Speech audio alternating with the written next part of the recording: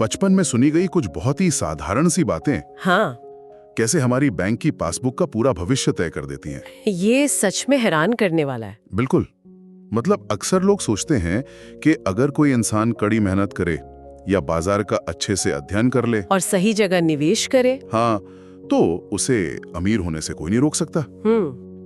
लेकिन फिर ऐसा क्यों होता है कि सब कुछ सही करने के बावजूद कुछ लोग हमेशा संघर्ष ही करते रहते हैं? यही तो सोचने वाली बात है। तो आज की इस गहन चर्चा में हम टी हार्व एकर की मशहूर किताब secrets of the millionaire mind के उन शुरुआती हिस्सों का विश्लेषण कर रहे हैं, बिल्कुल, जो हमारी सोच को पूरी तरह से पलट देते हैं। एकदम सही कहा। आज का हमारा मिशन इंसान के मनी ब्लूप्रिंट यानी पैसे को लेकर उसके दिमाग में बैठी उस छिपी हुई कोडिंग को डिकोड करना है, जो उसकी पूरी वित्तीय नियति तय करती है। ठीक है, चलिए इसे विस्तार से समझते हैं। ये पूरी अवधारणा इस बात पर टिकी है कि हमारी बाहरी सफलता हमारी भीतरी प्रोग्रामिंग का ही एक बाय प्रोडक्ट है। यहाँ सबसे आकर्षक बात यह है कि बाहरी दुनिया हमेशा हमारी भीतरी दुनिया का ही एक प्रतिबिंब होती है। बिल्कुल। अक्सर जब लोग किसी वित्तीय संकट में होते हैं तो वे अर्थव्यवस्था को या शेयर बाजार को, हाँ, शेयर बाजार, अपने बॉस या फिर अपनी किस्मत को दोष देने लगते हैं। बाहर कारण ढूंढते हैं। एकदम,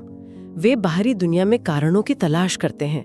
लेकिन सच्चाई ये है कि धन की कमी या फिर बहुत सारा धन होना अपने आप में कोई समस्या या उपलब्धि नहीं है। अच्छा, ये सिर्फ एक परिणाम है।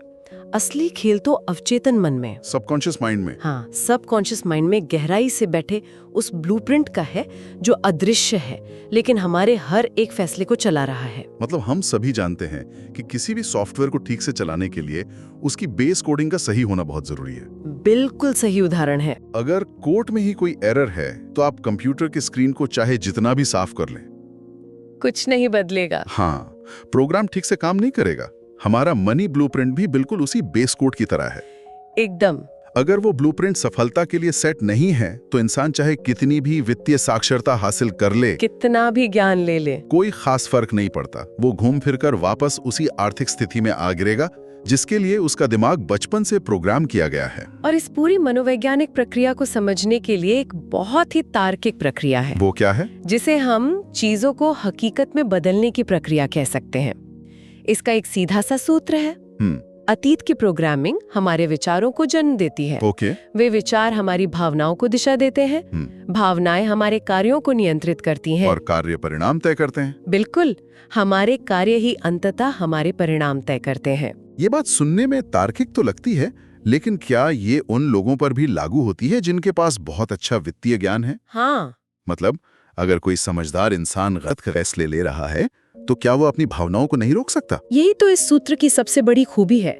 जब किसी के वित्तीय परिणाम खराब होते हैं तो समस्या उनके उस पल के कार्यों में नहीं होती। तो कहाँ होती है? समस्या उस पुरानी प्रोग्रामिंग में होती है जो उनके विचारों और भावनाओं पर हावी हो जाती है। मैं समझ रहा हूँ। जब इंसान के अवचेतन मन की गहराई में बैठी भावनाओं और उसके तार्किक ज्ञान के बीच कोई टकराव होता है, यानी इमोशंस और लॉजिक के बीच, बिल्कुल, तो लगभग हर बार भावनाएं ही जीतती हैं। ज्ञान वहाँ काम नहीं आता। इसे शायद पेड़ और उसकी जड़ों के उदाहरण से सबसे अच्छी तरह समझा जा सकता है। हाँ, वो बहुत ही सटीक उदाहरण है। मान लीजिए जीवन के पेड़ पर कुछ फल लगे हैं जिन्हें हम अपनी आमदनी या परिणाम कह सकते हैं। अगर फल कड़वे हैं या बहुत छोटे हैं तो इंसान अक्सर क्या करता है? वो फलों को बदलने की कोशिश करता है। हाँ, वह फलों पर यानी परिणामों पर और ज्यादा मेहनत करने लगता है। वो एक और नौकरी ढूंढता है या और ज्यादा घंटे काम करता है। बिल्कुल। लेकिन जो फल पहले ही शाखा पर आ चुके हैं उन्हें तो बदला नहीं जा सकता। एकदम सही। अगर भविष्य में मीठे और बड़े फल चाहिए तो ध्यान उन अदृश्य जड़ों पर देना होगा जो जमीन के नीचे हैं। बिल्कुल, उन जड़ों को सींचे बिना फलों का बदलना असंभव है। जैसे किसी घर में बिजली तारों के अंदर दौड़ती है, वो दिखाई तो नहीं देती लेकिन महसूस होती है। हाँ, उसकी ताकत से पूरा घर रोशन होता है। उसी तरह हमारा अदृश्य ब्लूप्रिंट हमारे दिखने वाले जीवन को नियंत्रित करता है। तो अब सवाल ये आता है कि ये अदृश्य जड़ें बनती कैसे हैं? मैं बताती हूँ। बचपन में जब हमारा दिमाग हर जानकारी को बिना किसी फिल्टर के सोख रहा होता है, एक स्पंज की तरह, बिल्कुल, तब हमारे माता पिता, समाज और आसपास के माहौल से मिली बातें सीधे हमारे अवचेतन मन में सेव हो जाती हैं। हमेशा के लिए? हाँ, और ये ब्लूप्रिंट मुख्य रूप से 3 तरीकों से दिमाग में स्थापित होता है। वो 3 तरीके कौन से हैं? मौखिक प्रोग्रामिंग पहला है, दूसरा मॉडलिंग यानी दूसरों को देखकर नकल करना, और तीसरा विशिष्ट भावनात्मक घटनाएं। तो अगर हम पहले प्रभाव यानी मौखिक प्रोग्रामिंग की बात करें तो ये समझना बहुत जरूरी है कि बचपन में सुनी गई बातें कैसे जीवन भर हमारा पीछा करती हैं। बिल्कुल। हम सभी ने बचपन में कुछ ऐसे वाक्य जरूर सुने होंगे, जैसे पैसे पेड़ पर नहीं उगते, या फिर अमीर लोग हमेशा लालची होते हैं। हाँ, या फिर वो वाक्य जो शायद हर मध्यम वर्गीय परिवार का राष्ट्रीय गान होता है, हम इसे नहीं खरीद सकते। एकदम सही, हर घर की यही कहानी है। लेखक ने अपनी किताब में अपने ही बचपन का एक दिलचस्प किस्सा साझा किया है। हाँ, वो पैसे मांगने वाला। हाँ, जब भी वे अपने पिता से पैसे मांगते थे, उनके पिता चिल्लाते थे, क्या मैं पैसों का बना हूँ? और लेखक का जवाब क्या होता था? और संघर्ष या तनाव के बीच एक गहरा संबंध बना देता है, एक नेगेटिव संबंध। बिल्कुल। इसका सबसे स्पष्ट और हैरान करने वाला उदाहरण किताब में स्टीफन नाम के एक व्यक्ति की कहानी से मिलता है। ओ, स्टीफन की कहानी। हाँ, स्टीफन की आमदनी कोई साधारण आमदनी नहीं थी। वो कितना कमाता था? वो हर साल $8 लाख कमाता था। साल के $8 लाख? और फिर भी उसका नेटवर्थ यानी कुल संपत्ति शून्य थी। बिल्कुल शून्य। ये कैसे संभव है? मतलब कोई भी इंसान इतनी बड़ी रकम कमाकर दिवालिया कैसे हो सकता है? यही वो जगह है जहां ब्लूप्रिंट की असली ताकत समझ में आती है। अच्छा। स्टीफन के शून्य नेटवर्थ के पीछे उसकी खराब गणित नहीं थी, बल्कि उसकी माँ की मौखिक प्रोग्रामिंग थी। उसकी माँ क्या कहती थी? बचपन में उसकी माँ हमेशा कहती थी कि अमीर लोग बहुत लालची होते हैं, वे गरीबों का फायदा उठाते हैं। बाप रे। और जरूरत से ज्यादा पैसा रखना किसी सुअर के समान होने जैसा है। ये तो बहुत ही भयानक प्रोग्रामिंग है। और स्टीफन अपनी माँ से बहुत गहराई से जुड़ा हुआ था। तो उसका दिमाग क्या सोचता था? उसका अवचेतन मन उसे लगातार ये बता रहा था कि अगर वो अमीर बन गया तो वो अपनी माँ की नजरों में एक लालची सुअर बन जाएगा और वो अपनी माँ का प्यार खो देगा। बिल्कुल। यानी उसका दिमाग उसे ये संदेश दे रहा था कि पैसे का मतलब है माँ की नफरत। एकदम सही। तो क्या वो जानबूझकर अपना सारा पैसा बर्बाद कर रहा था? सचेत रूप से नहीं। अच्छा। बल्कि अवचेतन रूप से वो अनजाने में ऐसे गलत निवेश करता था या अंधाधुंध खर्च करता था कि उसका सारा पैसा खत्म हो जाए, ताकि वो वापस अपनी माँ की नजरों में अच्छा बन सके। हाँ, जैसा कि हमने पहले चर्चा की, जब अवचेतन मन को किसी गहरी भावना के बीच, जैसे माँ का प्यार पाने की इच्छा और तर्क के बीच यानी अमीर बनने की समझ के बीच चुनना होता है, तो भावनाएं जीतती हैं। तो भावनाएं हमेशा जीतती हैं। स्टीफन का दिमाग उसे सुरक्षित रख रहा था, उसे उस चीज से बचा रहा था जो उसकी माँ को नापसंद थी, यानी पैसा। बिल्कुल। और इसका समाधान भी तो कितना शानदार था। हाँ, बहुत ही रचनात्मक था। जब स्टीफन को अपनी इस छिपी हुई कोडिंग का एहसास हुआ तो उसने एक ऐसा रास्ता निकाला जिससे उसकी प्रोग्रामिंग भी शांत हो जाए और वो अमीर भी रहे। हाँ, और वो आर्थिक रूप से भी सुरक्षित रहे।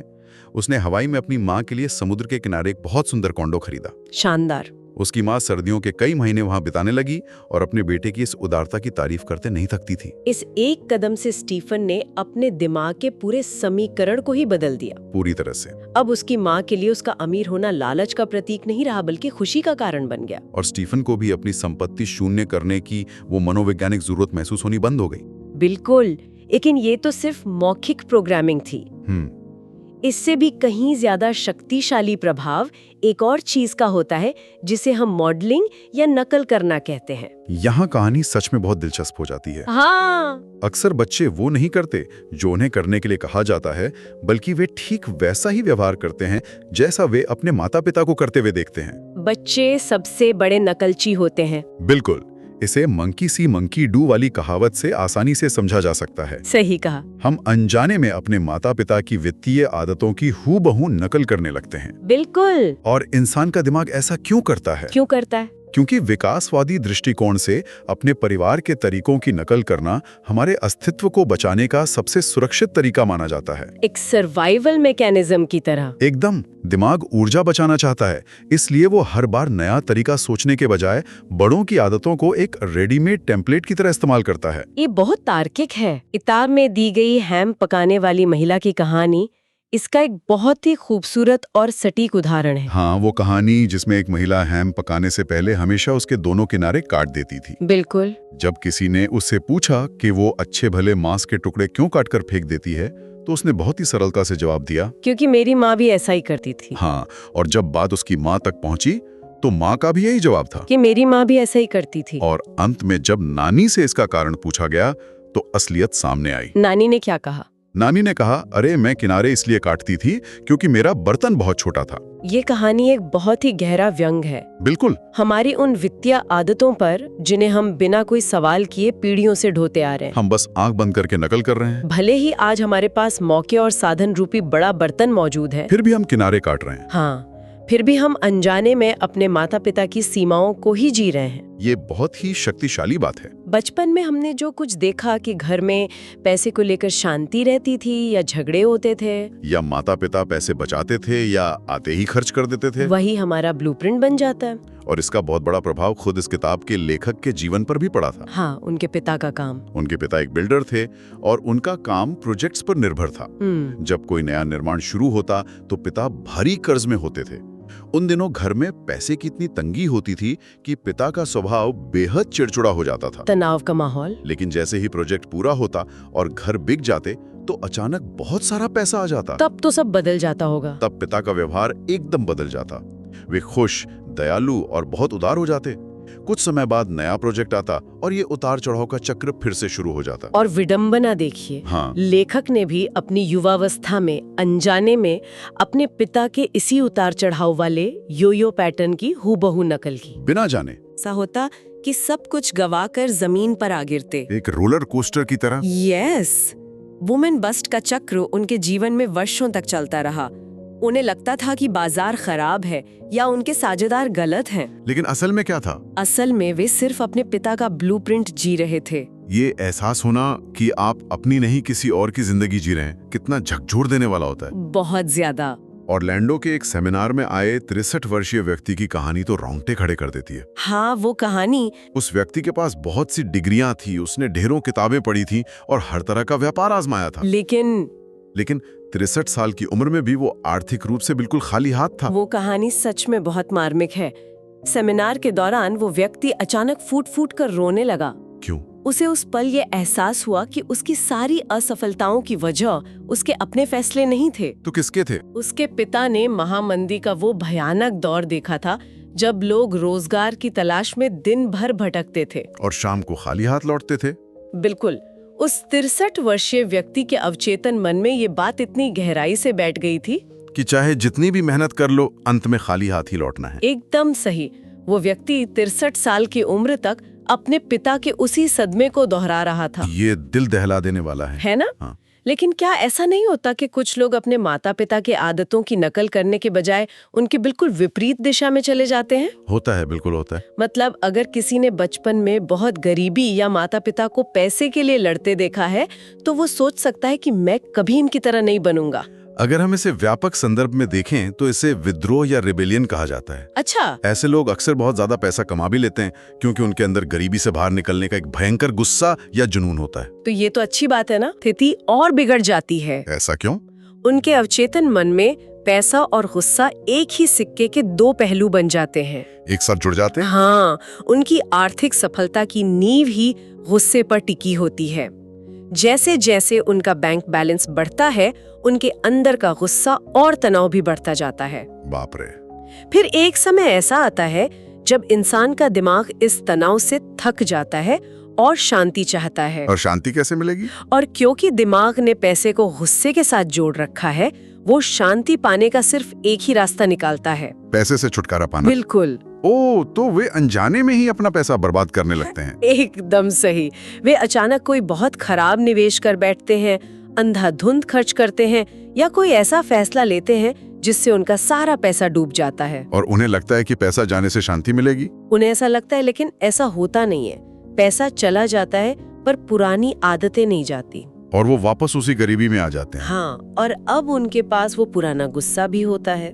ये तो एक दुष्चक्र है। जब तक धन कमाने की प्रेरणा डर, गुस्से या खुद को साबित करने की जरूरत से पैदा होगी, धन कभी खुशी नहीं दे सकता। ये बात सोचने पर मजबूर कर देती है कि हमारी सफलता के पीछे की प्रेरणा का सकारात्मक होना कितना जरूरी है। बिल्कुल जरूरी है। अब जरा तीसरे प्रभाव की ओर देखते हैं, जो है विशिष्ट भावनात्मक घटनाएं। बचपन में घटी कोई एक घटना पूरे जीवन के लिए पैसे को देखने का नजरिया कैसे बदल सकती है। इसका एक बहुत ही दर्दनाक उदाहरण जोशी नाम की नर्स की कहानी में मिलता है। हाँ, जोशी की कहानी बहुत ही भावुक कर देने वाली है। जोशी की आमदनी बहुत शानदार थी, लेकिन वो हमेशा सारा पैसा खर्च कर देती थी। क्योंकि जब वो सिर्फ 11 साल की थी तो वो अपने माता पिता के साथ एक चाइनीज रेस्टोरेंट में गई थी। और वहाँ क्या हुआ? वहाँ पैसों को लेकर उसके माता पिता के बीच बहुत तेज बहस होने लगी। उसके पिता गुस्से में इतना चिल्लाए कि उन्हें वहीं अचानक दिल का दौरा पड़ गया और जोशी की बाहों में ही उनकी मृत्यु हो गई। उस छोटी सी बच्ची के अवचेतन मन ने उसी पल एक समीकरण तय कर लिया कि पैसा मतलब बहुत बड़ा दर्द, या पैसा मतलब मृत्यु। ये बहुत ही गहरा सदमा है। वयस्क होने पर जब भी जोशी के हाथ में पैसा आता, उसका दिमाग उसे खतरे का संकेत देने लगता कि दर्द आने वाला है। हाँ, वो दर्द से बचने के लिए तुरंत उस पैसे से छुटकारा पा लेती थी। ये बात भी ध्यान देने वाली है कि उसने नर्स का पेशा चुना। बिल्कुल। शायद वो आज भी अपने पिता को बचाने की कोई अधूरी कोशिश कर रही थी। ये घटना दिखाती है कि कैसे गहरे भावनात्मक सदमे इंसान के वित्तीय व्यवहार को पूरी तरह से हाईजैक कर लेते हैं। पूरी तरह से। इन विशिष्ट घटनाओं का असर केवल व्यक्तिगत जीवन पर ही नहीं बल्कि रिश्तों पर भी पड़ता है। जैसे लेखक की पत्नी का उदाहरण। हाँ, लेखक ने अपनी पत्नी का उदाहरण दिया है। बचपन में जब भी उनकी पत्नी को आइसक्रीम खानी होती तो वो अपनी माँ से पैसे मांगती, और माँ का हमेशा एक ही जवाब होता कि मेरे पास नहीं है, जाओ अपने पिताजी से मांगो, सारा पैसा उन्हीं के पास है। इससे उस बच्ची ने तुरंत दो बातें सीख ली। वो क्या? पहली, कि महिलाओं के पास पैसा नहीं होता, और दूसरी कि सारा पैसा पुरुषों के पास होता है। बिल्कुल। और शादी के बाद इसका परिणाम क्या हुआ? पत्नी के अवचेतन मन में पैसे का मतलब था तत्काल खुशी, जैसे बचपन में आइसक्रीम मिलने पर होती थी। पैसा आया और तुरंत खर्च करके खुशी ले लो। हाँ, जबकि लेखक के लिए, जिन्होंने अपने पिता का अस्थिर व्यापार देखा था, पैसे का मतलब था भविष्य की सुरक्षा और स्वतंत्रता। तो दोनों के ब्लूप्रिंट बिल्कुल अलग थे। एकदम अलग।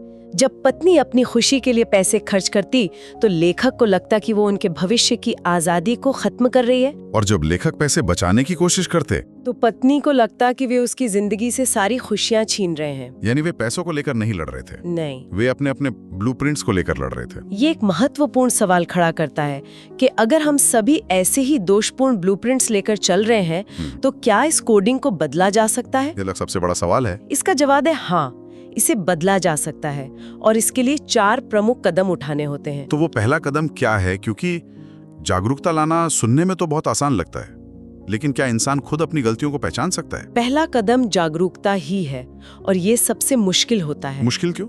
क्योंकि हमारी आदतें हमारे लिए बहुत सामान्य हो चुकी होती हैं। जब तक किसी को ये पता ही नहीं होगा कि उसके विचारों में कोई समस्या है, वो उसे कैसे बदलेगा? सही बात है। इसलिए सबसे पहले अपने विचारों और वित्तीय व्यवहार को बिना किसी फैसले के सिर्फ देखना शुरू करना होता है। बस एक दर्शक की तरह देखना। हाँ। दूसरा कदम है समझ, ये जांचना कि पैसे को लेकर ये विचार आखिर आए कहाँ से हैं। क्या ये मेरे खुद के विचार हैं या बचपन में माता पिता को देखकर बने हैं? और एक बार जब ये समझ आ जाए कि ये विचार किसी और के हैं, तब आता है तीसरा कदम, अलगाव।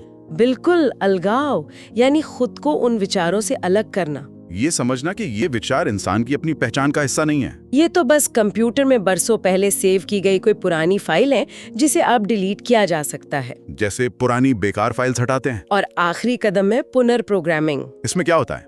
जिस तरह किसी पुरानी इमारत को नींव को मजबूत करने के लिए नया सीमेंट डाला जाता है, उसी तरह दिमाग में नए नियम स्थापित करने होते हैं। वो कैसे करते हैं? इसके लिए घोषणाओं का इस्तेमाल किया जाता है। डिक्लेरेशंस? हाँ, रोजाना सकारात्मक वाक्यों को जोर से बोलकर अपने अवचेतन मन को ये विश्वास दिलाना होता है कि अब पैसे को लेकर नए नियम लागू हो गए हैं। ये दिमागी मांसपेशियों को रोज कसरत कराने जैसा है।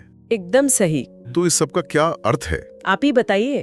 अर्थ बहुत ही गहरा और स्पष्ट है कि किसी भी इंसान की आमदनी केवल उसी हद तक बढ़ सकती है जिस हद तक वो मानसिक रूप से बढ़ता है। बहुत ही शक्तिशाली बात है। अगर कोई व्यक्ति आर्थिक रूप से लगातार संघर्ष कर रहा है तो उसे ये समझना होगा कि असली समस्या अर्थव्यवस्था में नहीं है, न नौकरी में है, न भाग्य में है। समस्या उस अदृश्य थर्मोस्टेट में है जो बचपन से ही किसी खास तापमान पर फिक्स कर दिया गया है। बिल्कुल। बाहरी उपकरण चाहे जितने भी अच्छे हों, अगर हमारा इनर टूल बॉक्स बड़ा नहीं है तो दौलत वहां कभी टिकेगी नहीं। एकदम सही। बदलाव हमेशा अंदर से शुरू होता है। जब हम अपनी जड़ों की पुरानी और सड़ी हुई मिट्टी को हटाकर वहां नई सोच की खाद डालते हैं, केवल तभी हम भविष्य में अपनी मनचाही सफलता के फल चख सकते हैं। बिल्कुल। आज के इस विस्तृत विश्लेषण में हमने बहुत गहराई से समझा कि कैसे बचपन की मौखिक प्रोग्रामिंग, विशिष्ट घटनाओं और विशेष रूप से हमारे माता-पिता की वित्तीय आदतों की नकल ने अनजाने में हमारे पैसों के ब्लूप्रिंट को आकार दिया। ये सच में आंखें खोलने वाला था। लेकिन यहाँ एक अंतिम उत्तेजक विचार है जो शायद हर किसी को सोचने पर मजबूर कर दे। वो क्या है? जरा सोचिए, आज हमने सिर्फ पैसों के ब्लूप्रिंट की बात की, लेकिन क्या हमारे जीवन के अन्य हिस्से भी ऐसे ही किसी अदृश्य ब्लूप्रिंट पर तो नहीं चल रहे हैं? जैसे हम अपना समय कैसे बिताते हैं, तनाव आने पर हम कैसी प्रतिक्रिया देते हैं, या हम अपने रिश्तों को कैसे संभालते हैं। बिल्कुल। अगर हमारा पैसों का थर्मोस्टैट किसी और ने सेट किया है, तो हमारी जिंदगी के और कौन से बड़े फैसले वास्तव में हमारे अपने ही नहीं है? ये एक ऐसा सवाल है जो गहरी सोच की मांग करता है। ये बहुत ही आत्ममंथन करने वाला विचार है। इस विचार के साथ हम आज की इस गहन चर्चा को यहीं विराम देते हैं। इस विश्लेषण में हमारे साथ जुड़ने के लिए और खुद को बेहतर समझने की इस यात्रा का हिस्सा बनने के लिए सुनने वालों के लिए एक नई राह खुलेगी। बिल्कुल। सभी सुनने वालों का बहुत बहुत धन्यवाद।